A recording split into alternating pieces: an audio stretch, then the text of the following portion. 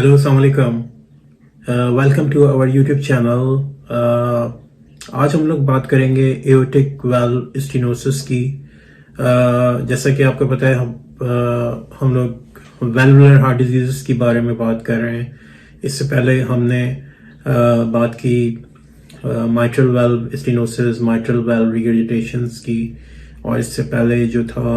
Pulmonary valve stenosis और pulmonary valve regurgitation की, and now we are talking about aortic valve stenosis and aortic valve regurgitation. Stenosis जैसा कि आप लोगों को सबको मालूम है कि means कि narrowing of the valve, heart जो valve जो होता है बहुत ज़्यादा नैरो हो जाता है, जिसकी वजह से जो ब्लड सप्लाई होती है वहाँ पे वो प्रॉपरली फ्लो के अंदर नहीं होती due to narrowing of the heart valve. और जो रिगर्जिटेशन होता है, रिगर्जिटेशन में क्या होता है कि अगर वेल्व जो होता है प्रॉपरली क्लोज नहीं होता क्योंकि उसके जो कर्स या कप्स होते हैं वो जो अटैच होते हैं वेल्व के साथ, वो जो होते हैं उनके अंदर कोई इश्यू हो जाए या प्रॉब्लम हो जाए, और तो इसकी वजह से रिगर्जिटेशन के अंदर back flow of the blood होता है। फॉर एग्जांपल अगर हम एओर्टिक रिगर्जिटेशन की बात कर रहे हैं तो इसमें क्या होता है कि एओर्टस का जो वेल्व होता है, एओर्टिक वेल्व, उससे बैक फ्लो होता है ब्लड लेफ्ट वेंट्रिकल के अंदर, तो जिसकी वजह से और कॉम्प्लिकेशन और उसके साथ साथ उसकी इश्यू स्टार्ट हो जाते हैं। तो सबसे पहले एओर्टिक वाल्व स्टेनोसिस आपको पता चल गया कि एओर्टिक वाल्व नैरोइंग हो गई है। एओर्टिक वाल्व लोकेट करता है between the left ventricle and left ventricle से वो और एओर्टा के अंदर डायरेक्ट, क्योंकि लेफ्ट वेंट्रिकल से ब्लड पंप करके through out the body distribute होता है, पहले एओर्टा में, फिर ascending aorta, transverse aorta, descending aorta और एब्डोमिनल एओर्टा, और फिर उसकी जो जितनी ब्रांचेस होती हैं बीच में और या ऊपर ब्रेन की तरफ जा रहा होता है, तो मेन एओर्टा से डिस्ट्रीब्यूशन होती है। तो एओर्टिक वाल्व लोकेट भी एओर्टा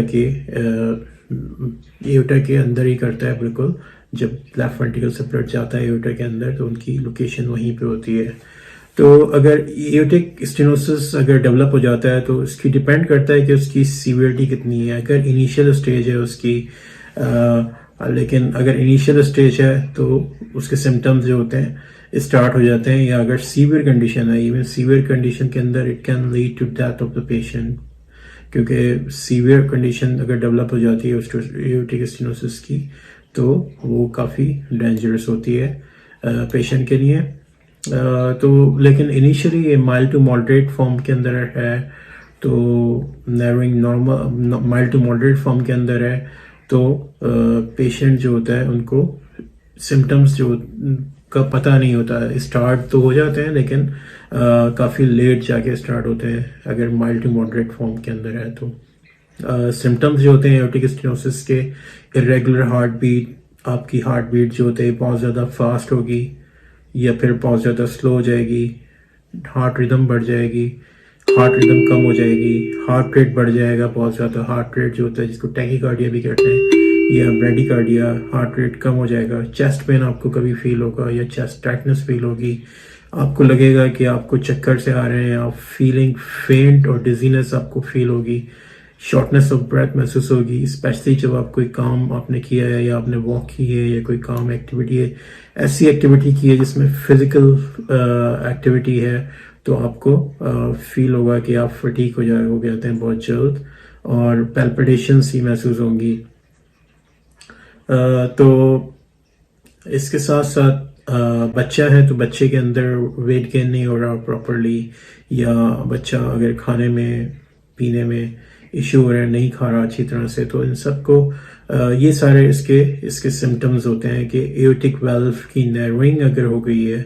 तो उसके अंदर क्या क्या मिल रहा है। क्योंकि अगर बहुत ज़्यादा सीवियर कंडीशन के अंदर, जैसा मैंने आपको बताया कि ये हार्ट फेलियर हो जाता है, हार्ट फेल हो जाता है और डेथ भी हो जाती है पेशेंट्स की। तो बेहतर है कि अगर आपको सिम्टम्स इस तरह के हैं और जो अभी आपको बताए हैं तो आप अपने डॉक्टर से अपॉइंटमेंट बुक करवाएं, और ताकि इसको रूल आउट कर सकें कि कहीं ये एओर्टिक स्टेनोसिस नहीं है। तो जैसा कि एओर्टिक वाल्व स्टेनोसिस के अंदर ये होता है कि अच्छा, इसके लिए शुरू में मैंने इंट्रोडक्शन में भी थोड़ी एनाटमी बताई थी। एनाटमी का समझना बहुत ज़रूरी है ताकि आपको इस बात को अंडरस्टैंड कर सकें कि एओर्टिक वाल्व स्टेनोसिस बेसिकली क्या होता है। तो जैसा कि आपको पता है कि हार्ट के अंदर जो होते हैं 4 वाल्व होते हैं जो कि ब्लड को फ्लो कर रहे होते हैं एक प्रॉपर डायरेक्शन के अंदर। चार वाल्व होते हैं हार्ट के अंदर। एक तो हम अभी डिस्कस कर रहे हैं एओर्टिक वाल्व, और एक जो होता है माइट्रल वाल्व होता है जो बिटवीन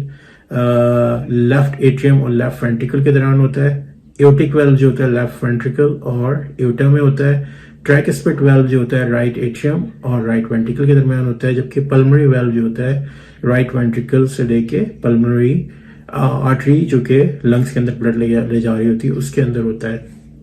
और जितने भी ये वाल्व हैं इनके अंदर जो होते हैं ये अटैच होते हैं लीफलेट के साथ, ठीक है। लीफलेट्स या कर्व्स भी कहते हैं, 3-4 मतलब इसकी सर्कुलर फॉर्म में होते हैं, इसके साथ अटैच होते हैं ये लीफलेट के साथ।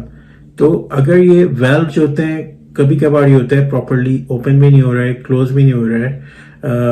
क्योंकि उसकी वजह से ये होता है कि इसके लीफलेट के अंदर भी प्रॉब्लम हो गया है कि वाल्व का जो लीफलेट है, 3 लीफलेट हैं फॉर एग्जांपल, तो वो तमाम एक साथ बंद नहीं हो रहे, एक साथ क्लोज नहीं हो रहे हैं, और तो इसकी वजह से ये होता है कि हार्ट का ब्लड फ्लो ब्लॉक हो जाता है या कम हो जाता है। तो जिस तरह से एओर्टिक वाल्व स्टेनोसिस के अंदर भी यही होता है कि एओर्टिक वाल्व स्टेनोसिस के अंदर यही होता है कि लेफ्ट वेंट्रिकल जो होता है और जो एओर्टा होता है, एओर्टा जो होता है प्रॉपरली वाल्व जो होता है उसका नैरो होने की वजह से ब्लड फ्लो मूव नहीं कर पाता ब्लड वेंट्रिकल से एओर्टा के दरमियान, तो जिसकी वजह से कम ब्लड डिस्ट्रीब्यूट होता है बॉडी के अंदर। और या फिर जब वाल्व जो होता है ओपन होता है तो वो काफ़ी नैरो होता है। जब हार्ट वाल्व नैरो होता है तो हार्ट को बहुत ज़्यादा मतलब बहुत ज़्यादा तेज़ काम करना पड़ता है, एक्स्ट्रा वर्क करना पड़ता है। अगर नैरो नहीं होगा तो हार्ट नॉर्मल वर्क करेगा, तो जब वो कॉन्ट्रैक्ट करेगा तो ब्लड पंप कर जाएगा वेंट्रिकल से एओर्टा की दौरान। लेकिन जब नैरो है तो हार्ट को भी तेज़ पंप करना पड़ रहा है, ठीक है। जब हार्ट को ज़्यादा काम करना पड़ रहा है ब्लड को पंप करने के लिए, तो इसकी वजह से वेंट्रिकल थिक हो जाते हैं और हार्ट जो होता है इनलार्ज हो जाता है। और इनलार्ज होने की वजह से क्या होता है, लेटर ऑन हार्ट मसल्स जो होते हैं वीक होने की वजह से हार्ट फेलियर भी हो जाता है। और इसके अलावा एओर्टिक वाल्व जो होता है स्टेनोसिस की वजह से कंजेनिटल हार्ट डिफेक्ट कुछ बच्चों में होते हैं जब वो पैदा होते हैं। तो कुछ बच्चे पैदा होते हैं एओर्टिक वाल्व की प्रॉब्लम की वजह से, या तो उनके अंदर 2 कप्स हैं या बाइकस्पिड एओर्टिक वाल्व भी कहते हैं। यूजुअली 3 होते हैं, लेकिन अगर 2 हैं तो या किसी के अंदर 1 कप्स है तो उनको इसकी वजह से क्या होता है तो वो क्लोज नहीं हो पाते वाल्व प्रॉपरली। तो जब बच्चे के अंदर इसके साथ बच्चे पैदा होते हैं मतलब बॉर्न होते हैं, तो उनको आफ्टर बर्थ ये इशू होना शुरू हो जाते हैं, जो सिम्टम्स मतलब शॉर्टनेस ऑफ ब्रेथ और चेस्ट पेन और इस तरह के जो लीकी वाल्व हो जाते हैं, तो उनको या तो रिपेयर करना पड़ता है या रिप्लेस करना पड़ता है। और जैसे कि हमने डिस्कस किया कि Aahista Aahista later on as के अंदर जब जैसे जैसे एज बढ़ती जाती है तो आफ्टर लेटर एज के अंदर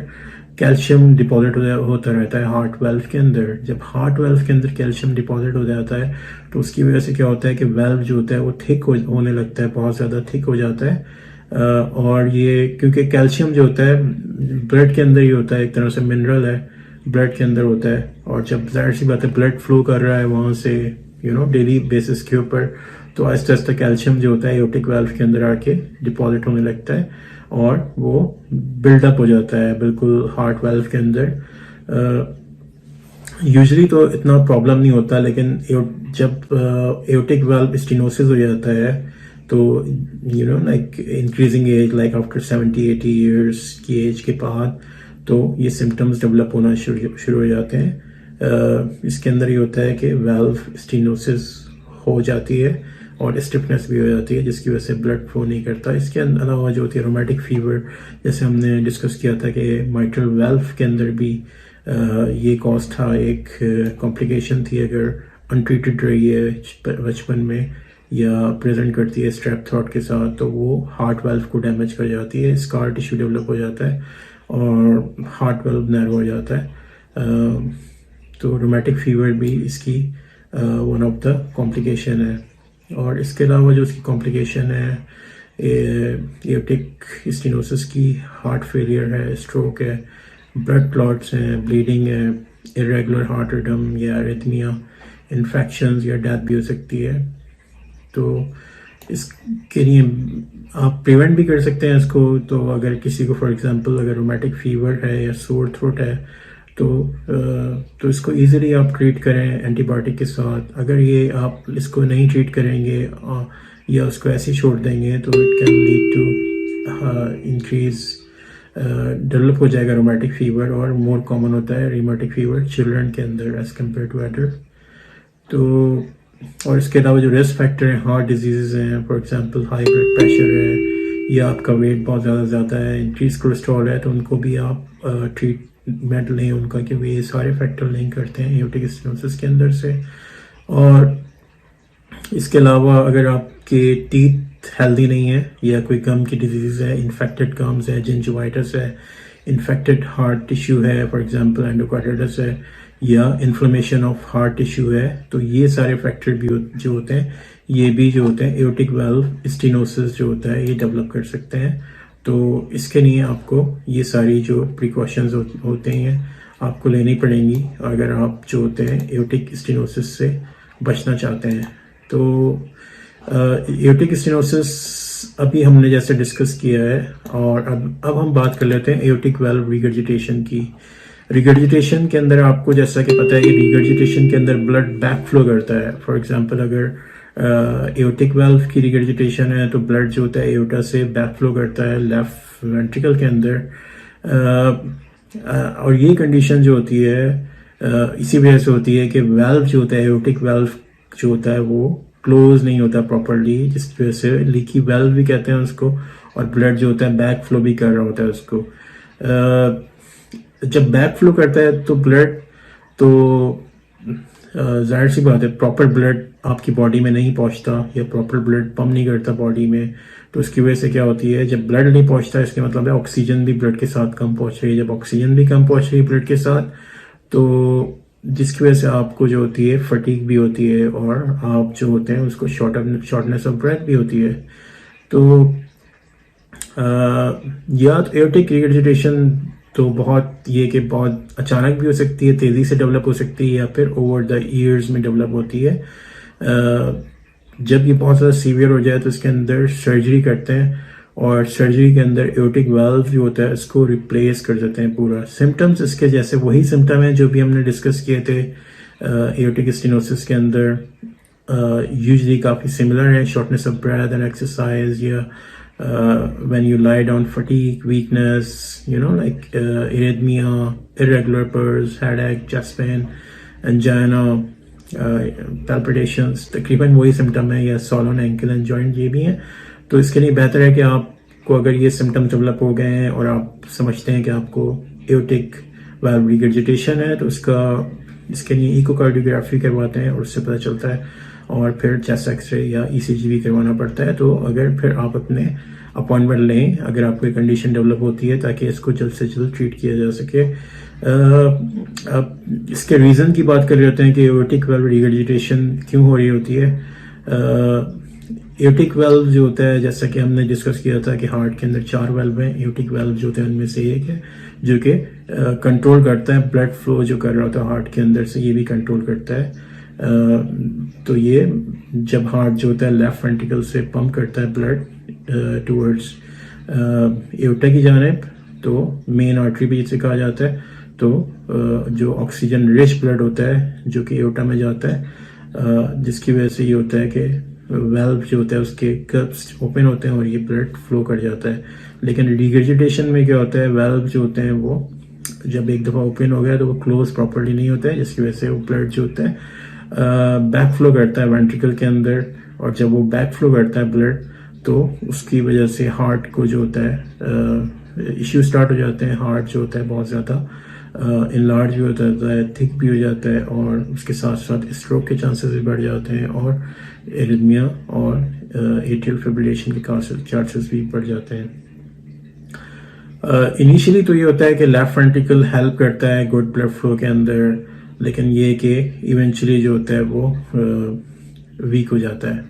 क्योंकि उसको बहुत ज़्यादा काम करना पड़ता है स्टेनोसिस या नैरोइंग की वजह से, या फिर रिगर्जिटेशन की वजह से जो बार बार ब्लड आके जमा हो रहा होता है। लेकिन ये कि एओर्टिक वेल्व रिगर्जिटेशन जो होती है ये ग्रेजुअली आहिस्ता आहिस्ता आहिस्ता आहिस्ता डेवलप होती है,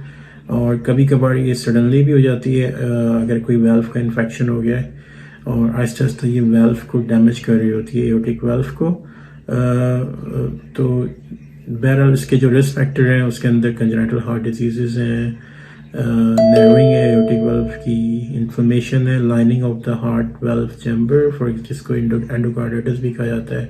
रोमेटिक फीवर है, और इसके अलावा जो होती हैं सम कंजेनिटल हार्ट डिजीजेस हैं जिसके अंदर मॉर्फिन सिंड्रोम है, कनेक्टिव टिश्यू डिजीजेस हैं, या कुछ ऑटोइम्यून डिजीजेस हैं जिसमें एसएलई और इसके अलावा एओर्टिक वेल्व रिगर्जिटेशन भी है।